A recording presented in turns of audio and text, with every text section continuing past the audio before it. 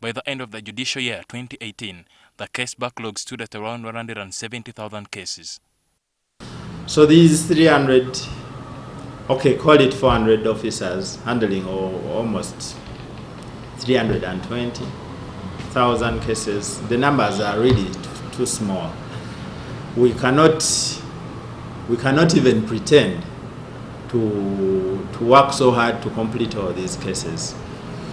As long as the situation at the backlog within the courts is resolved and the backlog within the office of the DPP is resolved, we will have less backlog at the police. Even if a person is successful in the final judgment, the effect of the judgment will not be felt, because if I go to court with an urgent application which needs to be disposed of, that I'm being threatened, my stone, the land is being threatened, and the application is fixed 6 months later, certainly even if I get the results, I will not feel the fruits of the judgment.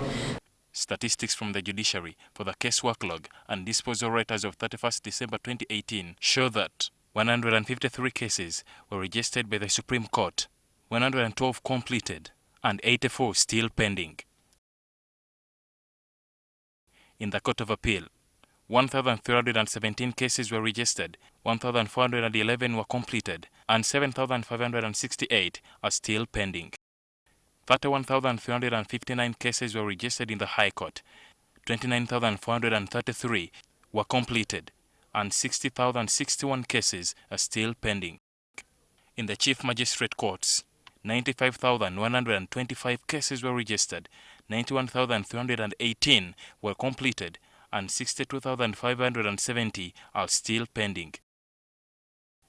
Magistrate Grade 1, 39,566 cases were registered, 38,909 were completed, and 18,375 are still pending.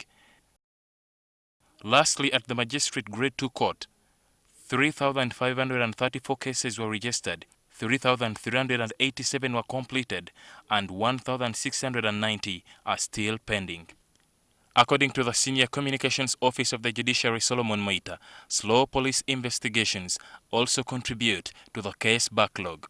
I believe that if it was a situation of slow investigation on the part of the police, then there would be fewer files going through to the DPP and going through to the office to the courts. But because we have more files in court, means that the office of the DPP is actually working and sending files to court, which implies that actually the police is feeding the office of the DPP with cases. Proposals to recall some retired judges back into action and to recruit experienced lawyers are in the pipeline as some of the options to reducing the case backlog. But some of these, all these are still proposals. Once they are approved, we still need to have a budget for that activity. You need a budget for a retired judge to come back. You need to give them a car, you need to give them chambers, you need to give them support staff. So it's a bit of a process. It's something we are discussing between Judiciary, Ministry of Justice, and then Ministry of Finance. The proposal would be okay. For senior lawyers, the only disadvantage could be that they have to be worried of the issues of conflict of interest, because they are coming to handle cases, some cases which have been in court for over 5-10 years. Some of these lawyers could have been involved in one way or the other.